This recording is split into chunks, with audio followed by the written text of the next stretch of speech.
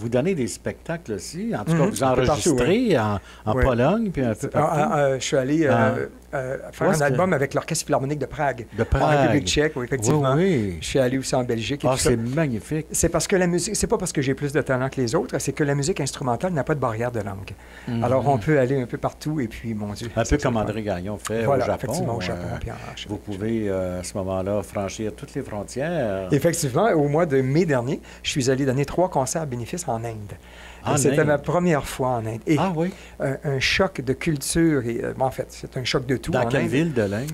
Je suis allé... à Mumbai? Oui, à Mumbai, effectivement. J'ai fait 2 concerts à Mumbai et un autre dans la province de Goa, qui est une belle province. Qui est la province tout à fait... C'est ça, sur le bord de la mer. Oui. C'était magnifique. Alors, ça m'a fait me réconcilier avec le pays, parce que si on va juste à Mumbai... les souvenirs ou l'impression peut être un peu négative parce que c'est dur.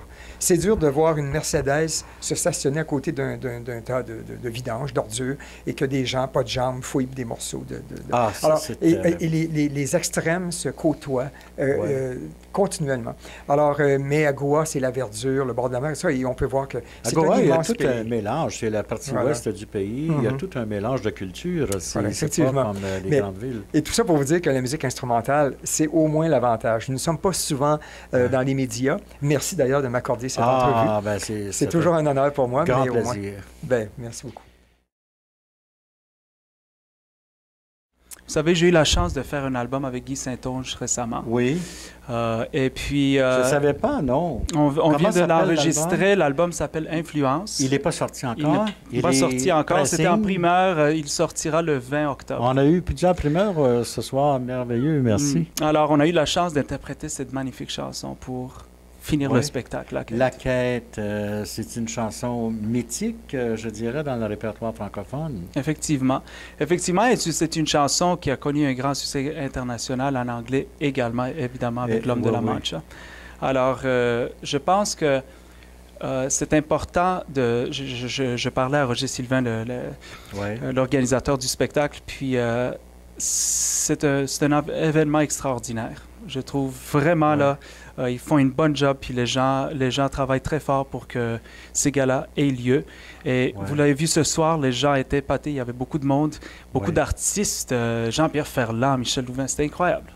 Et beaucoup d'artistes sur scène et beaucoup d'artistes talentueux, parce que moi, je n'ai pas votre âge, je suis peut-être quelques années plus vieux, et tous ces gens-là, je les ai vus chanter, très populaires dans les années 60. Oui, effectivement. Tous très populaires. Et qui continuent encore, par la passion du métier, d'exercer, même s'ils sont un peu plus dans l'ombre, ils continuent à chanter parce que c'est leur passion, comme vous avez la vôtre. Effectivement, nous parlions en coulisses tantôt, on écoutait des artistes chanter ce soir, et puis il y a des gens qui disaient, on les a entendus justement il y a 10, 20, 30 ans, et puis ils sonnent pareil. Les gens ne sont pas changés. C'est la même chose. C'est la passion, je pense, qui fait ça. Oui. Et puis, je voyais Michel Stax qui dansait Exactement. en même temps, et puis il dansait comme s'il avait 20 ans encore. Incroyable. C'est incroyable.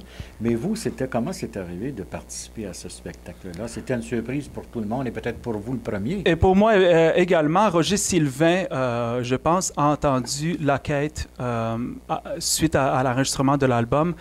Bon, Roger, il habite à Saint-Calix, le studio de Guy Saint-Onge sont à Saint-Calix, peut-être, je ne sais pas. Guy assez souvent. Alors... Parce que je connais un artiste qui a enregistré chez lui, Charles Voisien.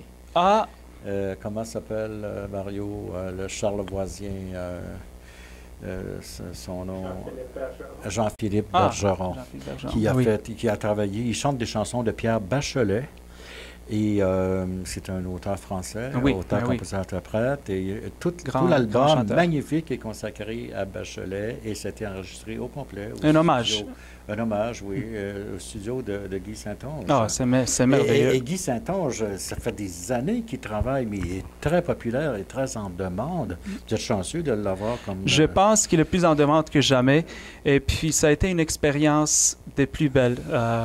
Guy est un homme extrêmement généreux. Ça a été une expérience autant humaine que musicale. Nous avons la même passion, la musique. Et puis, je pense que, personnellement, je me suis découvert... à travers ce projet-là, nous avons fait plein de chansons de reprises. Nous avons revisité des styles différents, de la salsa à la musique presque rock. Alors, c'est vraiment un album, justement, Influence. Alors, Influence va sortir quelle date? Le 20 octobre. Le 20 octobre. Oui. C'est fantastique. Qu'est-ce que j'allais dire? Il y a tellement de choses. Ah oui, est-ce que vous êtes toujours avec les productions J? Je ne suis plus avec les productions J depuis quelques années maintenant. J'ai eu la chance de côtoyer d'autres mondes dans le milieu. Et les productions J, avec lesquelles je suis en très bon terme, ont préparé d'autres émissions, d'autres Star Academy. Alors, ils n'ont pas le temps de s'occuper de tout le monde, évidemment.